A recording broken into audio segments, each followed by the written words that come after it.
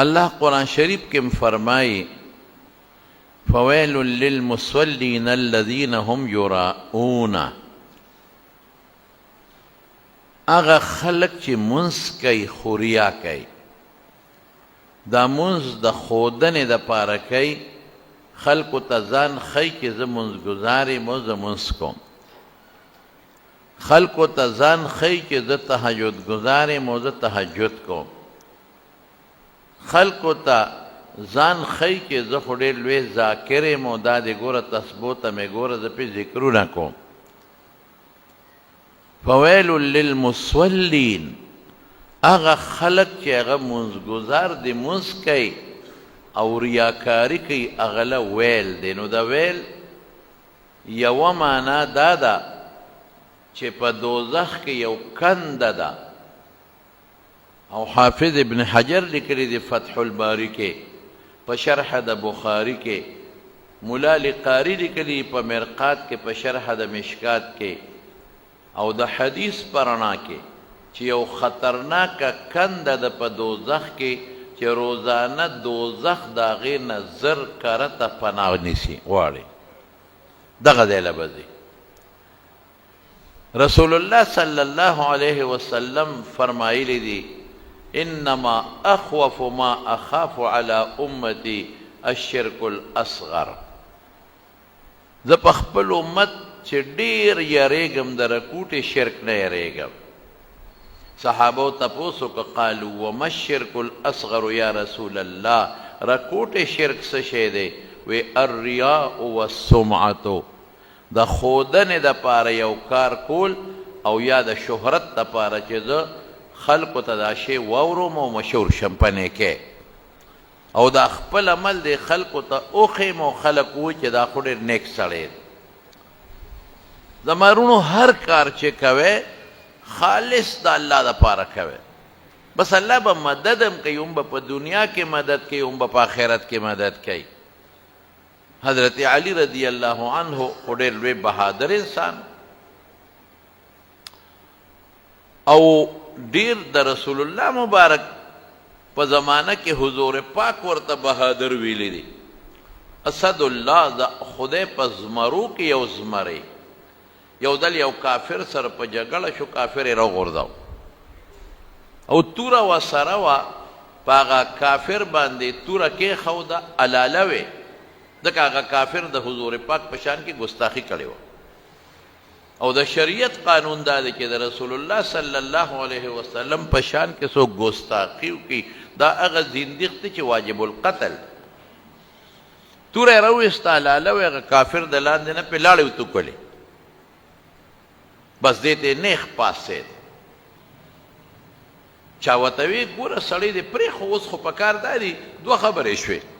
ام دا پیغمبر دشمن دے، ام ستا دشمن دے چی لاڑی در باندے رو تو کلے، نو پری دے خود او اگا سڑی وی ما لاڑی دے دا پا رو تو کلے چی وجد خو مم اسم پری چی غصے تیدا چی زر میں ملکی وخرا باندے وانلی اومے نکاڑای گورا اگا پا دینیت لاڑی تو کلے وی.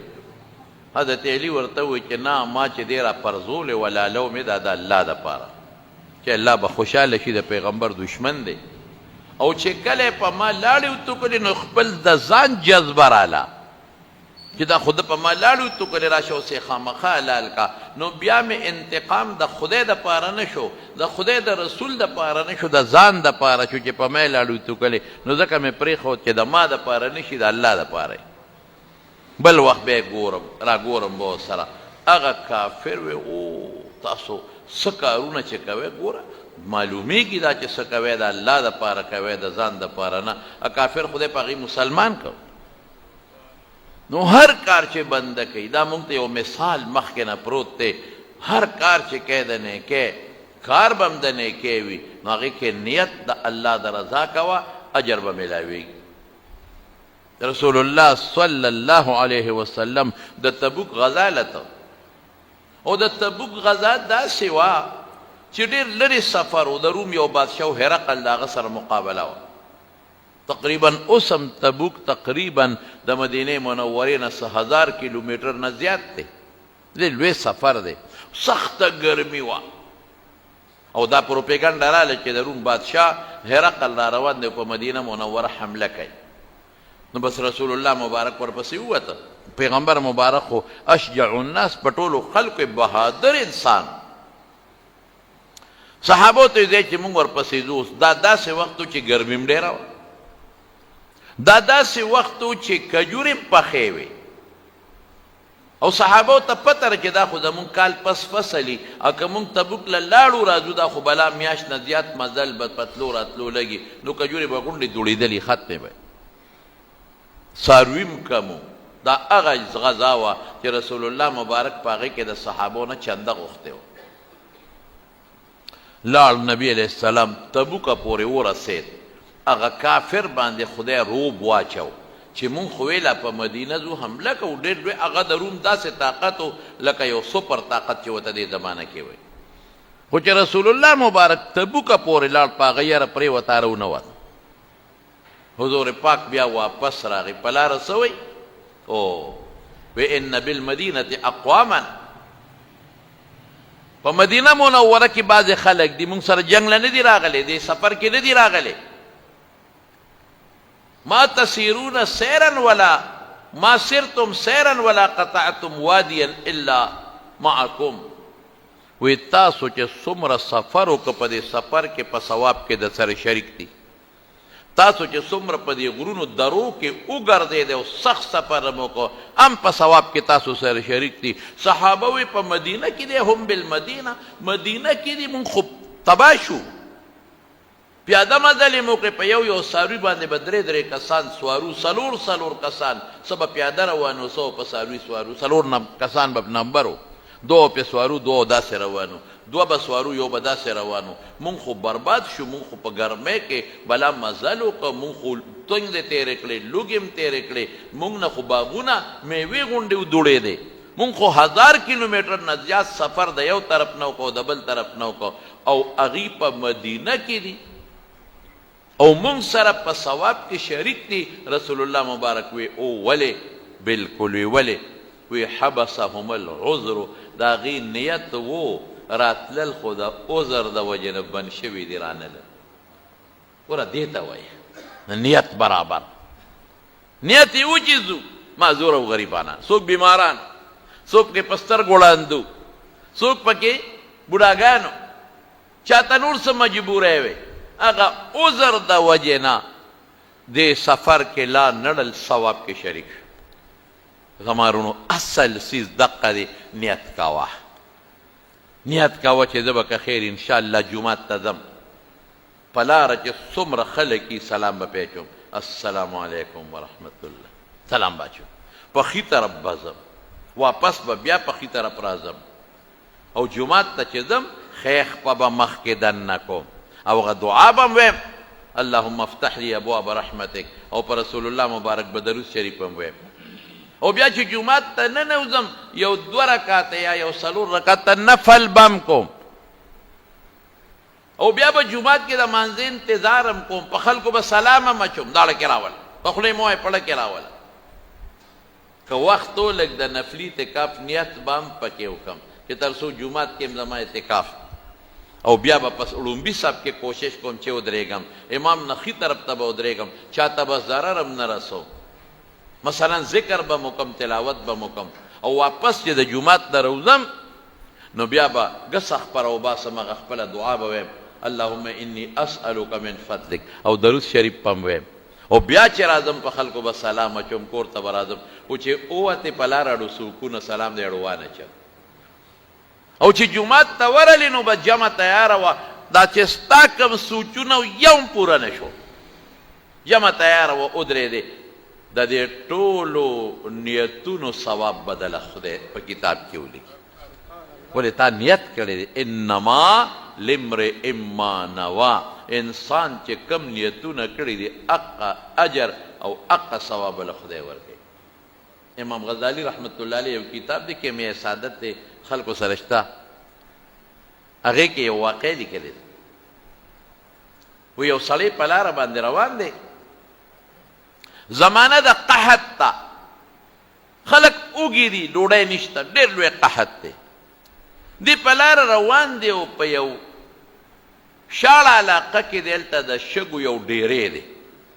لوی ډیری دی د شګو، داسې اوچت ډیری دی، داسې لکه د غر غوندې د غونډۍ غوندې ډیری دی.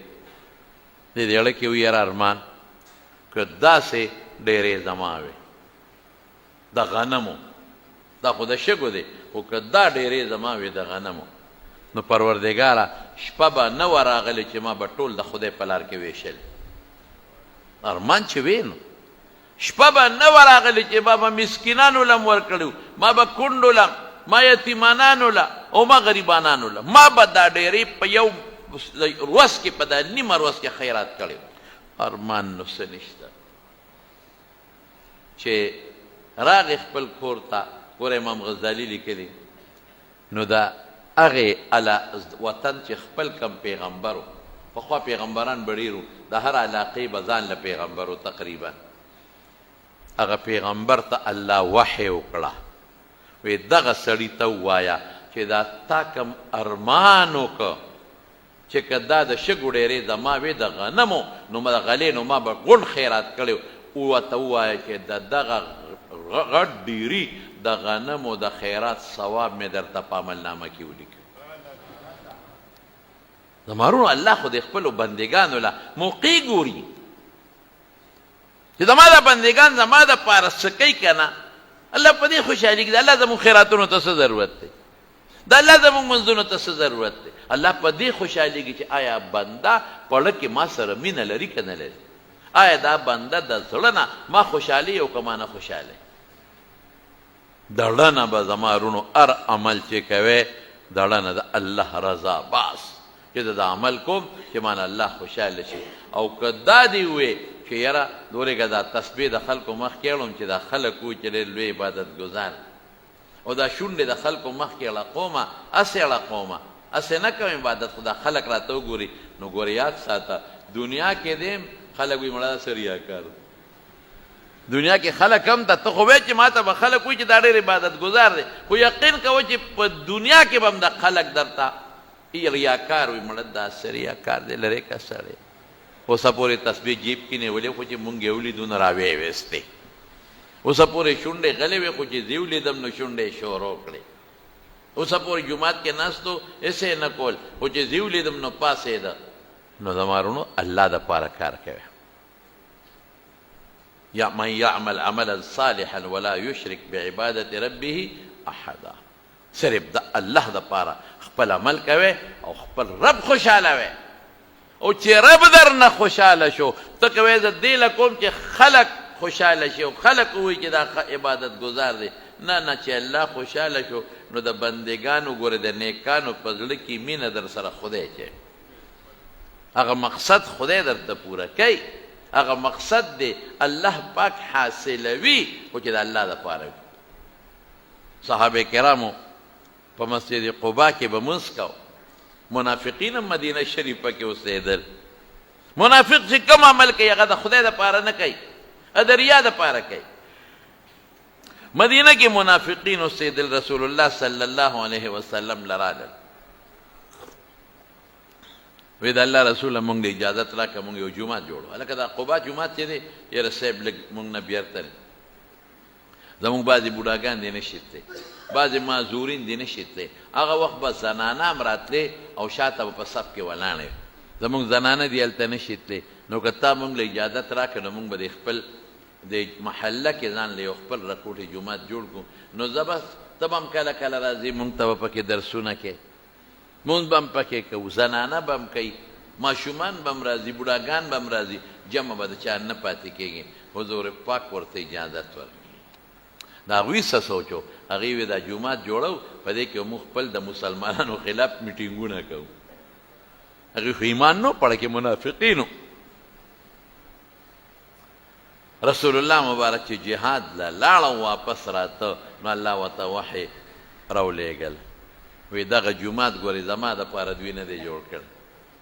زما د رضا دپاره دا جومات نه دی جوړی، دې ته مسجد زرار وی، د دې دپاره جوړ کړي چې د مسلمان خلاف پکې میټینګونه وکړي او مسلمانانو ته ضرر ورسوي، چې واپس لاړ شي چې دا تیږه تیږه وغورځوه. حضور پاک چې واپس آئے قرآن شریف کې الله ذکر کړی، چې واپس راغی بس ورغی په هغه جومات باندې جومات یې غونډ ونړاو او ټوکړې ټوکړې یې کړو ختم یې کوي دغه مسجد قبا ته راځي وره جومات جوړو څونه نیک عمل دی لیکن نیت یې د خدای دپاره نو نیت یې د مسلمان د ضرر دپاره نو قرآن شریف کې الله آیت پیغمبر مبارک ته ورولېږه هغه جومات یې پرې ونړاو د فتح د مکې نه مخکې یو صحابي دی حضرت حاتب ابن ابي بلتعه حضور پاک د مکې د فتح اراده وکړه چې زو په مکه حمله کوو چې مکه او بیت الله فتح شي خو صحابه ورته وایي چې دا خبره به پټه ساتئ اوس هم دا قانون دی چې دشمن په دشمن حمله کوي دشمن نه خبروي بیا خو دشمن درته ځان تیاروي یو صحابي دی بخاري شریف کې راځي حاتب یې نوم دی حاتب ابن ابي بلتعه هغه یو خط ولیکي او خط یو قافله تله د مکې نه مدینې ته هغې کې یو ښځې له پیسې ورکړې وایي دا خط به والي او دا به پټ وړې او د مکې چې کوم مشر دی هغه وخت حضرت ابو سفیان رضی الله عنه لا مسلمان شوی نه دا به یو څه د ابو سفیان له به پټ ورکړي چې دا حاتب راکړی هغې دا چلو که او ګورې ډېر پټ چې څوک دنه خبر نه شي هغې هغه خط دا کمسی چې ښځه کوي که نه داسې پړې غوندې ترې جوړوي نو هغې کې دننه اوده هغې کې پټ او بیا هغه کمسی له غوټه ورکړه او لاندې بډه کې ومنډله خو چې قافله روانه شوه رسول الله صلی الله علیه وسلم ته الله پاک اطلاع ورکړه چې یو خط دی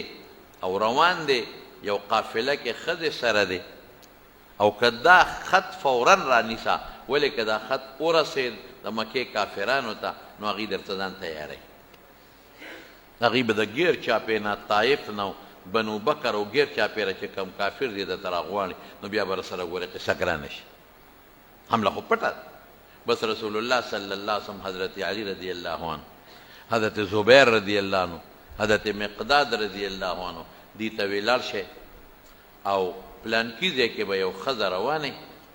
او دا نمونه شکل دی د ښځې شکل هم ورته الله خولی دا نمونه د هغه ښځې شکل دی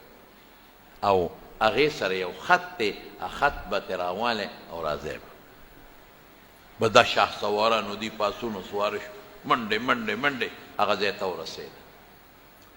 قافلې ته ورسېدل قافلې ته یې ودروله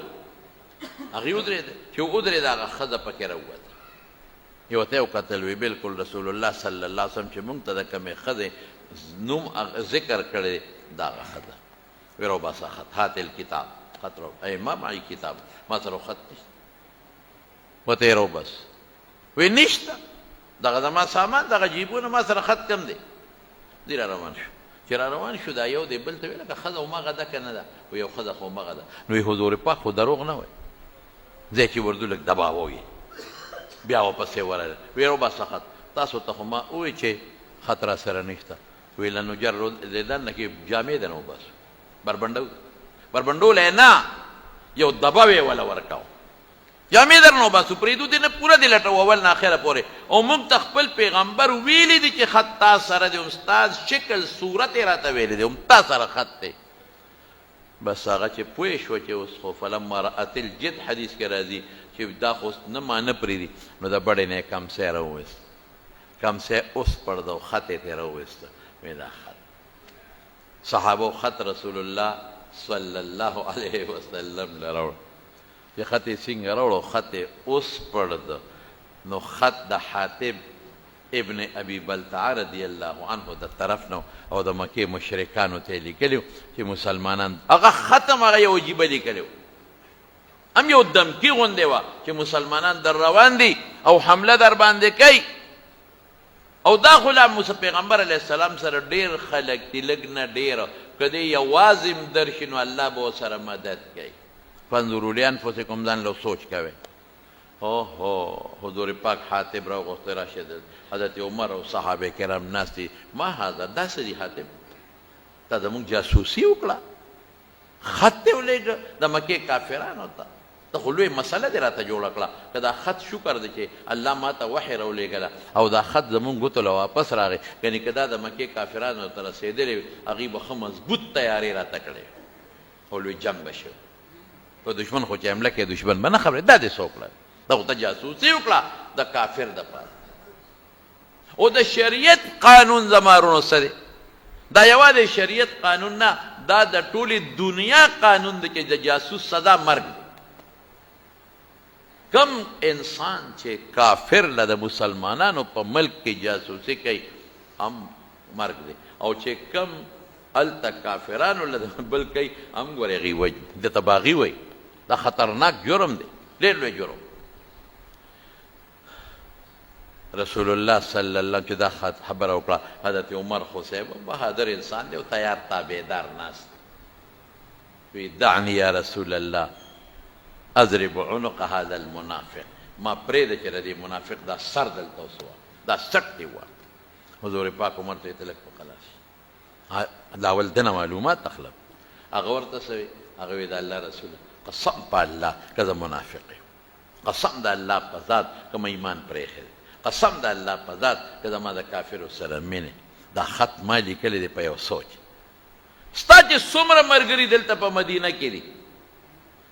دا خو صحابه هجرت وکړو د چا ښځې هلته دي د چا بچي هلته دي د چا تربوران هلته دي نو قومونه یې شته د هغې په قوم د هغې هغه بال بچ یا چې کوم څه پاتې دی محفوظ دي دا چې څومره صحابه دي زه د بار نه راغلیم په مکه کې ښځه مې ده بچي مې په مکه کې ما دا خط په دې وجه ولېږه چې که کافرانو ته پته ولګي چې مسلمانان را روان دي نو ستا د دې صحابو چې هلته څوک پاتې دي هغوی قومونه دي هغه محفوظ دي څوک ورته غږ نه شي کولی او زما دا ښځه بچي راله مړه نه کړي اوهو د حاطب بچي دلته دي او دی به مسلمانانو کې راځي په موږ به حمله کوي زما هغه ښځه دا بچي مې دی راله مړه نه کړي زما قوم نشته په مکه کې زه د باره راغلی سړی ما په هغې یو احسان ورغله چې زما یو احسان به په هغې ور وړي چې د یاره که د حاتم بچي او ښځه او هر څه دلته دي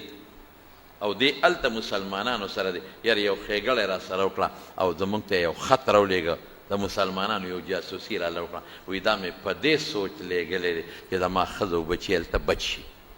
دا مې نه وی لېږلی ممکن ده زما ښځه بچي راله مړه نه کړي زه د باره راغلی کس یم مهاجر یم په مکه کې ښځه بچي مې مهاجرین دي راله مړه نه کړي بیا حضرت عمر پاسې سترګې سرې دي الله رسوله پرې مې ده چې دا سټ دي ووایم حضور پاک عمر ته وی عمر په قلار شي او بیا څه وایي وایي صدقه حاتب ټیک ویلی دی دا غریب نیت ټیک او نیت یې څو برابر کار خو برابر نو ذو جهتین دی ته وایي ور یاد ساته که کار خرابي نو په ښه نیت نه سمیږي کار خرابي په ښه نیت نه سمیږي خو که یو کار داسې وي چې دوه طرفې وي دوه او تا په هغې کې ښه نیت وکړه نو باس بیا سم شو نو د ده دا کار دوو روخو واله و دوو روخو ده پکې ښه روخ اخیستی دی نو رسول الله مبارک پې پرېږدی حاتب ټیک وی دی غریب مجبور نو ځکه دا خط ولېږه لیکن قرآن شریف کې الله یترونه یا ایها الذین آمنو لا تخونوا الله یعنې د هغې نه پس به ګورې بیا دا کار نه کوئ ګوره نیت داسې یو عجیبه شی دی د حضرت امام احمد ابن حنبل په ګوند کې یو لور ابه بره په چت په کوټه باندې سملاستېده او د احمد ابن حنبل او د ده د کوټې چت یو بل سره برابر پخوا د موږ په دې وطن کې به هم داسې خلک وو دا کورونو دا چتونه دا دیوالونه په کورونو د په چتونو نو اکثر ګوره کوټې دیوال به خلک به په بره په چتونو باندې اوسېدل به یو بل سره به د چت نه تلل راتلله پخوا هم دا قصه نو دی په چت باندې سملاستېده مخامخ به امام احمد ابن حنبل چت ته راوختو په اخره شپه کې او د الله عبادت به یې او خدای ته به یې ژړا کول دا لور به څه وي ده به یا الله ارمان نو چې داسې د احمد په شان خو زم وی ارمان نو چې د اخره شپه کې زم پاسېدې الله ته ودرېدې او ما الله ته عبادت کو ارمان نو چې دغسې جړه مام خدای ته کول ارمان نو چې دقسې خشته ښکلې د خشوع خضوع مزیدار مونځ مام کولې خو الله نشم کولی بچي مې ټول ورځ ورته سټک وه د سار نه تر ماښامه پورې سټک وه ستړی یم الله نشم پاسېدی د کټ نه نشم پاسېدی پروردګار. او دې لوارانو دی به پخوا د شپې کار کو، د شپې به یې ځان ته ډیوه بله کړې وه او لګیا به او خپل کار. مونږ په دې وطن کې هم داسې الله نو زه خو د شپې اولی سو ټوله روز سټک وم نو لاس مې ستړی دی بل لاس باندې مې کار کړي دواړه لاسونه مې ستړي پروردګار پاسېدی نه شم خدای ټوله ورځ بچي مې دي څه وکړم ښځه مې ده که نه کوم زما بچي ښځه به څه خوري الله ارمان چې دقسې زما هم څه د رزق بندوبست شوی وي او دمه وي او اخره شپه کې زه پاسېدې پروردګاره او تا ته مې ژړا کولې مونځ مې کو نفلونه مې کولې او داسې اوږد اوږده رکعتونه مې کول. هره شپه چې به دې په ډډه واوړې دا لور او احمد ته به یې وکتل نو دقه سوچ به یې کو. هره شپه چې به په ډډه واوړې راویښ به شو احمد ابن حنبل ولید دقه سوچ به یې کو. لور کاکا مړ شو، یو لوی عالم دی هغه په خوب کې ولید. دې خوب ته رسول الله مبارک مبشر ویلی دی، مبشرات. هغه ورته وی داسې ښایسته یو باغ دی یو چمن دی لور کاکا پکې ګرځي. هغه عالم ورته وی هلکه د څنګه په دې چمن کې چکرې لګې او ګرځي الله د سره څه وکړل؟ وی ما باندې خو الله ډېر لوی فضل وکړو. وی څنګه؟ وی چې څنګه مړ شوم وی فرشتو ته وی چې نیغې بوځئ جنت ته او د احمد ابن حنبل ګاونډی ورسوئ. په دنیا کې هم د احمد ابن حنبل ګاونډي او په آخرت کې هم د امام احمد ابن حنبل ګاونډي یې کا هلته یې ورسوه. دنیا کې هم ګاونډي او په آخرت کې جنت کې هم نیغ بوځئ د هغه ګاونډي یې کې. ما وی الله ما خو فرشتو ته مې وی ما خو دا عمل احمد غوندې سړی صاحب امام احمد ابن حنبل خو د رسول الله مبارک د لسو لکو احادیثو حافظ لکه او هغه د هغه ځان له یو تاریخ دی که مقرره له درته به ویمه چې هغه د الله د دین دپاره څومره لوی تکلیفونه تیر کړي صاحب. هغه خو دومره غټ تکلیف د قرآن شریف په یو مسله کې تیر کړی دی، خالص د قرآن شریف په مسله کې دومره غټ تکلیف یې تیر کړی د قرآن شریف په مسله کې چې دورې یې خوړلې دي او بېهوشه شوی دی او د ډېرو لویو علماو استازو ځکه چې موږ د امام ابو حنیفه رحمت الله علیه په مذهب یو دارنګې د هغه په مسلک د دنیا خلک نن سبا دا ټول سعودي او قطر او امارات او بحرین او تقریبا دا ټول د امام احمد ابن حنبل په مذهب. ما څه داسې لوی عمل کړی دی چې تاسو ما بوځئ او د احمد ابن حنبل سره مې په جنت کې یو ځای کوئ. وی تا د هغه د شپې د منځ نیت کړی دی، تمنا او سوچ دی کړی دی. څومره لویه خبره ګوره څومره معمولي څیز دی الله پې بنده له اجر ورکوي. ځان ساته زما وروره د ریا ده. چرم دا ونه وایه چې ما نه دې خلق خوشحاله شي، چرم دا ونه وایه چې دا نیک عمل کوم چې خلق راته نیک ووایي. نه پرېږده الله خوشحاله کا، الله دپاره کوه الله خوشحاله کا. او چې کله د رب العالمین خوشحاله کا نو الله په جنت کې آواز وکړي، په اسمان کې آواز وکړي جبریل ته ای جبریله ان فلانا فلان کیس دی احبه زه ورسره مینه کوم فاحببه تم ورسره مینه وکړه. جبریل په اسمان کې آواز وکړي چې فلان کی سره د الله مینه ده، ای فرشتو احبوه تاسو ورسره محبت وکړئ. او بیا حدیث کې راځي ثم توضع له القبول فی الارض، بیا په ځمکه کې د نیکانو خلقو په زړونو کې الله د سره مینه واچي. نیکان مې ځکه وایي چې د منافقینو په اړه کې خو د حضور پاک مینه هم نه وه. حضور پاک خو د الله محبوب و، د فرشتو محبوب و، او د منافقینو په اړه کې خو د پیغمبر سره مینه نه. منافقینو خو پیغمبر پورې خندل به ټوقې به کولې، منافقینو به پیغمبر ته کذاب دروغجن به وې، منافقینو خو د پیغمبر مبارک په ملا باندې لرې او پیروانه چولې. د منافقینو مینه نه وه د حضور پاک سره. نو قبول د نیکانو خلقو په اړه کې الله مینه واچوي. نو که ته دې لکه چې دا خلق به سره مینه وکړي چې دی نیک سړی دی، نو خلقو په اړه کې به د سره هسې بېڅه خدای مینه پیدا کړي که د الله دپاره دی یو عمل به صرف د خدای ده او دنیا کې به هم د سره خدای مدد کوي. یو صوفي صاحب و، صوفي صاحب د هغه په علاقه کې یو اونه وه. د هغه اونې کې به خلک تلل او څه عبادتونه به یې کول. پخوا دا اونې مونې به وې دا یو سوری شوه وه دې مشرانو ته پته ظفرلاله یاد دی که سوری شوه وه چې کوم ماشوم به ناجوړ و خلکو یې په دې ماشوم سوری شوی ابه بوته هغه سوری اونه کې به یو خوا بل خوا پورسته بس وي دا به جوړ شي دا رواج پخوا دلته مو دا لوی مصیبت و شکر دی د علم په برکت دغه څیزونه خدای په ختم کړ روکې کړل اونې نه به خلک تلل چا به غوټې ورکولې اوس هم د زیارتونو له خلک دي غوټه ورکړي یو زوی به مې کېږي دوه غوټې ورکړي دوه زامن به مې کېږي دا ټول ګناهونه او څوک لاړ شي وایي چې دې ګوټ ته ودرېږي نو ښځه به میلاویږي والله که په زیارتونو په دې قصو ښځې میلاوېدې د بشیرجان به 15,000 ښځې وي هسې فضول خبرې دا څه د الله په لاس کې دي صوفي صاحب سوچ کوي چې دا خلک راځي څوک د ونې نه بچي غواړي څوک د ښځه غواړي څوک وایي چې ما جوړ که بیماري څوک څه دا د شرکي او بدعت اعمال دي صوفي صاحب ښه سړی ګیرې موږده وه شیخ الاسلام چې را روان شو تبرګې په اوږه یو سړی وله مخې له راغی صوفي صاحب څه کوې یاره زما دا ونه ده ټوله دنیا را روانه ده څوک دې بچي غواړي څوک د بیمارو جوړېدل غواړي نه یې پرېږدم نن دا ونه وام چې دا بنیاد دا مونډ وله ختم کړ دا سړی چې په قلار کښېنه دا څه کوې ځان له کار ګوري اوس به در سره څوک جګړه وکړي ټیک ده چې خلک دغه کار هم کوي خو دا خو د لارې په غاړه ولاړه ده خلک دې څاروي لاندې ودرې ګرمي ده مسافر ته لاندې سملي دمې کوي فایدې هم پکې شته نقصانات هم شته خو پیدې هم شته هغه وایي پیدې دې بلې ونې لاندې خلک کښېني نه نه پرېږدم ورته یې ګوره څوک به سره جګړه وکړي ستا د فایدې خبره کوم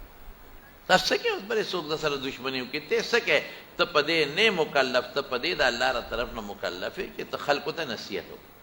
خلکو ته نصیحت کوي چې دا ونه ده د دې نه غوښتنې مه کوې غوښتنې د الله نه کوې خیر او شر څه د الله په لاس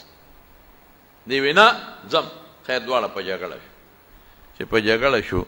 صوفي صاحب اوچت شو هغه سړی ځمکې له راوبغه خو مضبوط یو سهولت یې وله ورکړه دا خدای غرقه